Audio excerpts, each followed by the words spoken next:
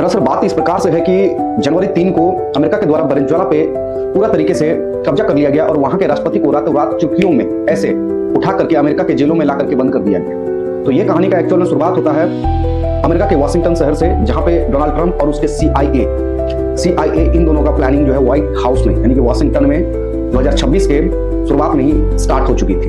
ये बात जनवरी 3 की देर रात की है।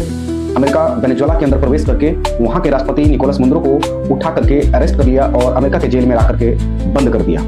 तो क्या सच में वेनेजुएला इतना कमजोर कंट्री है, इतना छोटा कंट्री है कि वो अपने राष्ट्रपति की रक्षा तक नहीं कर सकी?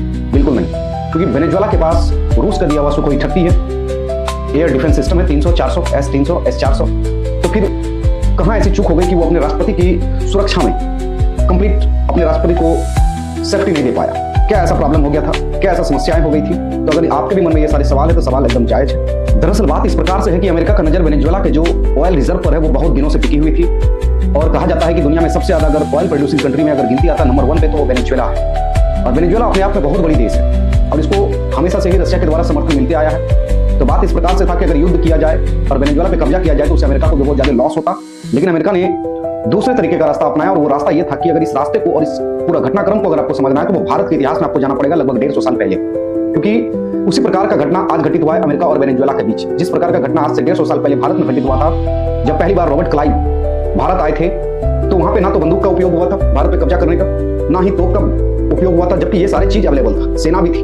फिर भी ब्रिटिश कभी भी अपना पावर दिखा करके इंडिया पर शासन नहीं किया था। सिंपल सी बात है, ब्रिटिश जो है यहाँ के जो घर में बैठे गद्दार होते हैं उनको खरीद लिया जाता है। तो ब्रिटिश क्या किया था, सिराजुद्दौला के जो सेनापति थे मीर जाफर, उन्हीं को खरीद लिया था रॉबर्ट। उसी प्रकार से जो स्क्रिप्ट लिखा गया है, अमेरिका जो वेनेजुएला को अपने अधीन कर लिया, उसे कब्जा कर लिया, इसका जो स्क्रिप्ट लिखा गया था वो स्क्रिप्ट लिखा गया था व्हाइट हाउस वाशिंगटन में डोनाल्ड ट्रंप और CIA के द्वारा। और स्क्रिप्ट कुछ इस प्रकार से था कि जो वहां के बड़े बड़े मंत्री है वेनेजुएला के और वहां के जो चीफ ऑफ आर्मी स्टाफ से बड़े बड़े अधिकारी है आर्मी के और जो वहां के संसद है, इन तीनों को बड़े मोटे डॉलर्स की रकम दे करके और अमेरिका में अच्छा घर दे करके, उनको मुंह मांगा रकम दे करके उनसे उनका देश, उनका वर्दी, उनका स्वाभिमान, हर एक चीज खरीद लिया।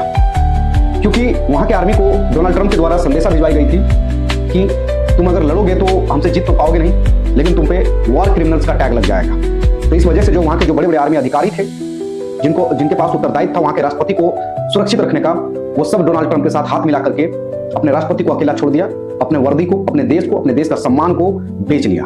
जिस प्रकार से भारत में ब्रिटिश वहां के घर के गद्दारों को खरीद करके भारत पे कब्जा किया, उसी प्रकार से अमेरिका भी वेनेजुएला के जो उसके अंदर थे तो वेनेजुएला के ही, लेकिन वर्क किसके लिए कर रहे थे? अमेरिका के लिए काम कर रहे थे। और वैसे लोगों को खरीद करके आज अमेरिका जो वहां के राष्ट्रपति को अपने अधीन कर लिया।